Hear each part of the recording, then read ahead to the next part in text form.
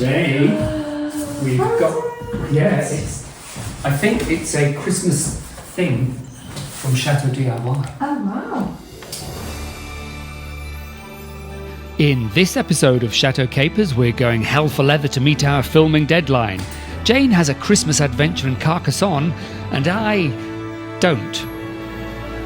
Horses, horses, horses, horses, Jane and Bunty, Rory, tractor, digging garden, Bunty, roses, wine in hot tub, chateau in the fog.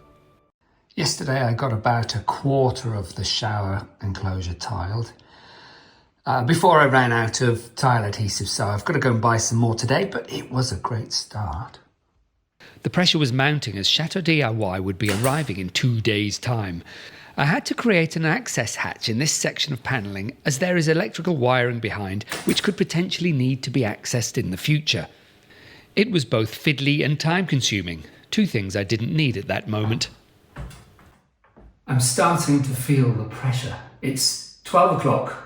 Midday noon on Saturday, and Chateau DIY come for the last time on Monday, and by Monday they're expecting to see a room. Jane has almost finished the wallpaper and she's left one piece because I've got a wall to plaster. That's fine, I can plaster that wall, I'll get that done, but then there's all the panelling to finish all the way around. Most of it's up, but I haven't done all the decorative bits, so there's 1,000,001 mitre cuts to do on the various different pieces of trim that are going on the wall. Here, for example, there's another bit. I haven't quite finished around the window. There's still bits of panelling to do there. And I've only done a quarter of the shower. The shower is a quarter tiled. It's still not bordered around the top. The walls in there that I've put up, I haven't plastered.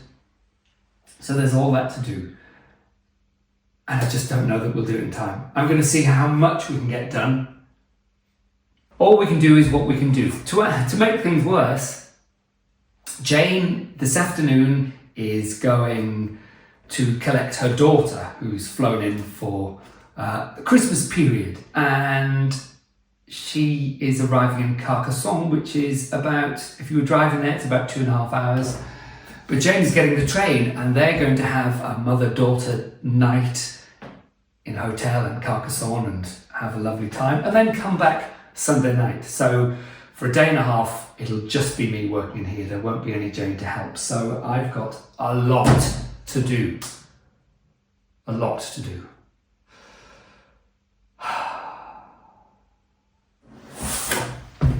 Looking at all the work still to do, it was easy to wonder where on earth to begin. I had to remind myself that it didn't matter where I started, just that I started. As Jane was still here for an hour or so, I worked on a section of panelling so that she could get it undercoated before heading out. At this stage, it felt like every bit of progress mattered. After dropping Jane at the train station, I knew I just had to go for it. Having made a great start to the tiling the day before, I knew I needed to avoid stopping for a break until the last tile was in place.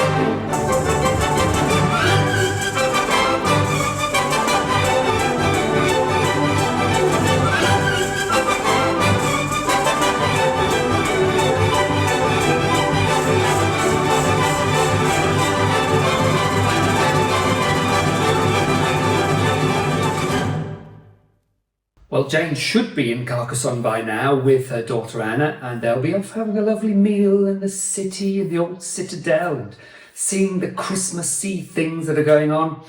Meanwhile, I'm here working. Well, I've got the tiling done, so I'm really pleased about that. So tomorrow, hopefully, I'll get it grouted, and then the shower door can go on, and the valves can go on, and then the shower's finished. Meanwhile, I've still got lots and lots of work to do on the panelling. Mainly the second, the inner square that I'm putting on. Some of them actually have 2 inner squares, and I'm not sure how many are going to have that. So I've got to concentrate on getting all of those done. I've got a lot of work to do on the wall, the outside wall of the ensuite. And of course, all the skirting board needs to be made. And I don't think I've got enough wood for that. So I've got just over 24 hours before I go to bed, and then I'll wake up and Chateau DIY will be here. Huh? To create the outer edge of the panelling on this corner, I wanted to avoid the layered edge of the plywood being visible. To achieve this, I had to cut both pieces of wood at 45 degrees lengthways using the table saw. It was a little more awkward than expected, but I got there in the end. As I worked my way around the room fitting the panelling trim, it became apparent that I was going to run out. We'd exhausted the builder's merchant supply 3 times already, and we were still left wanting more. I was now beginning to think tactically. What can reasonably be finished for the cameras, and what can be disguised? Meanwhile, in a glittering city 150 kilometres away... Anna and I chose to rendezvous in Carcassonne because the flight was affordable and it gave us the opportunity to have a mum and daughter mini city break. The lower town is a 13th century bastide. It welcomed us with a Christmas village alive with colour and sound. Strings of bulbs crisscrossed the streets, casting a warm glow over wooden stalls piled high with festive food, gingerbread, roasted chestnuts and mulled wine. Sharing it all with Anna made the evening magical. We laughed at the oversized decorations of the illuminated wonderland as we found our way to view the ancient citadel lit dramatically against the night sky. The next morning we returned to enter the citadel itself. We headed straight for the double ramparts, which stretch nearly 3 kilometres and are guarded by 52 towers. Built first by Romans in 100 BC, later fortified by Visigoths and expanded after the Albigensian Crusade in the 13th century, some walls have stood for over 2,000 years. There were wonderful views over the countryside as well as over the roofs of the cité. By the 17th century, the fortress had fallen into decline. It was rescued in the 19th century by architect Viollet-le-Duc, whose restoration gave Carcassonne its world-famous fairy tale silhouette.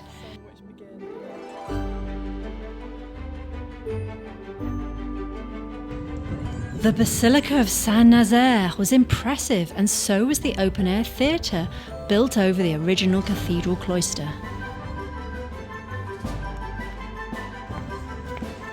Anna couldn't resist a twirl in a courtyard of the Chateau Comtal.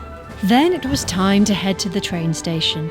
This is when we experienced the fortification of the cité. There aren't many ways in and out. It's all very well marvelling at a World Heritage Site until you realise that you don't know how to leave. With an increasing sense of urgency, we walked briskly between perimeter walls until we eventually emerged onto a road that led back to the Bastide, the train station, and home.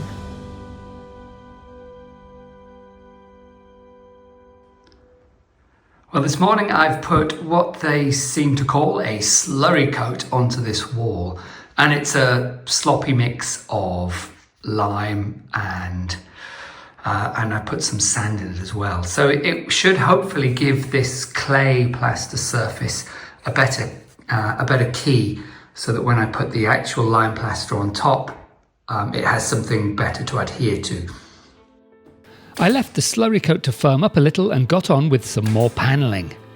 Soon enough, the wall was ready to go, so I mixed up some lime plaster and got to it. Whilst I've worked with lime a little, this was my first time using a top coat lime plaster, and I wasn't sure what to expect. Rather than finessing as I went, I thought it best to get a layer on the whole wall first.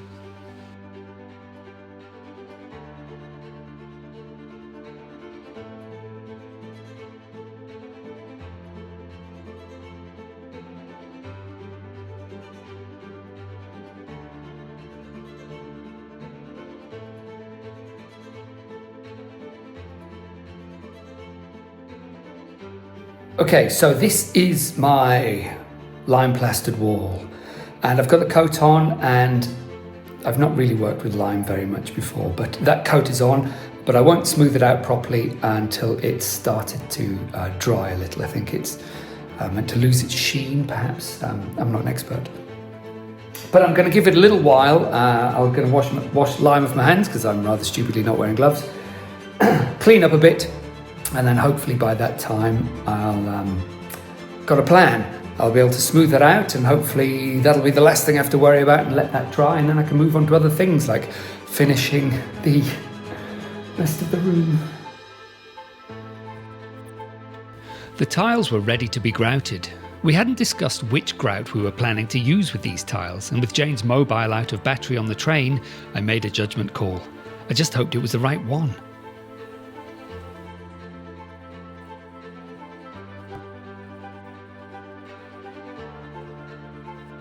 I finished the grouting and moved on. Our friend Claude offered to collect Jane and Anna from the station to give me more time to work. As soon as I got back to the chateau, I grabbed a brush and got painting.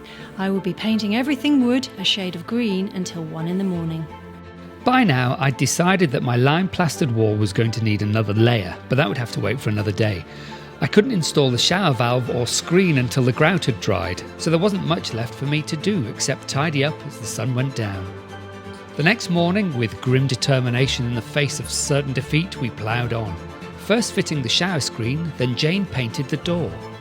We knew we hadn't finished in time, but it was okay. We're extremely pleased with the work we've done. It's just going to take a little longer to complete. Jane, we've got... I think it's a Christmas thing from Chateau DIY. Oh wow, amazing. Dun, dun, dun. What could it be? Quite a big box. It's quite heavy as well. Mm. Put the knife down. Ooh, wow. Oh, lovely box. It's a lovely, lovely box. Ooh, that's fancy. Okay, I might have to come and have a look now. How do I get it? And then it's... Contest and value. It's just come up like that. What is it? It's a lovely box. Oh, wow. It's a hamper. How much do I love a hamper? Well, how much do I love some red wine? Oh, it's got all kinds of treasures. It's from our region. Finances. I thought it said mini fancies, but it doesn't. Mini financiers. I know, mini financies. The tiny little lenders. Bowl of hats. Yeah. Fantasy truffles. Langoustine rillettes and pate. So that's fig fish chutney. pate. Yes, fig chutney. Fig chutney. That's another fishy pate, I think. Oh, is it? Oh, there's little biscuits. Yeah, these for dipping into Nutella. Tapenade. It's got the olive base. Oh, it's hampers Joy. all the way. That's my feedback to Chateau de Pican. The TV crew arrived, we dressed the bedroom and explained the truth that we hadn't had enough time to complete. For now, here is our mini reveal. This room does not currently benefit from plug sockets near the bed, nor skirting board throughout the whole room. There is panelling suspiciously absent from the window, and undecorated plywood edging remains exposed. Around the shower room door there is currently absolutely no architrave. The shower cubicle looks resplendent without a shower or a light in the room. The ceiling is yet to receive any attention at all, and the wall awaits its second coat of lime plaster. Lastly, the bed has been overrun by a gang of kittens. Well, one. We hope to complete the bedroom soon and reveal it in all its glory. Until then, we'll see you next time.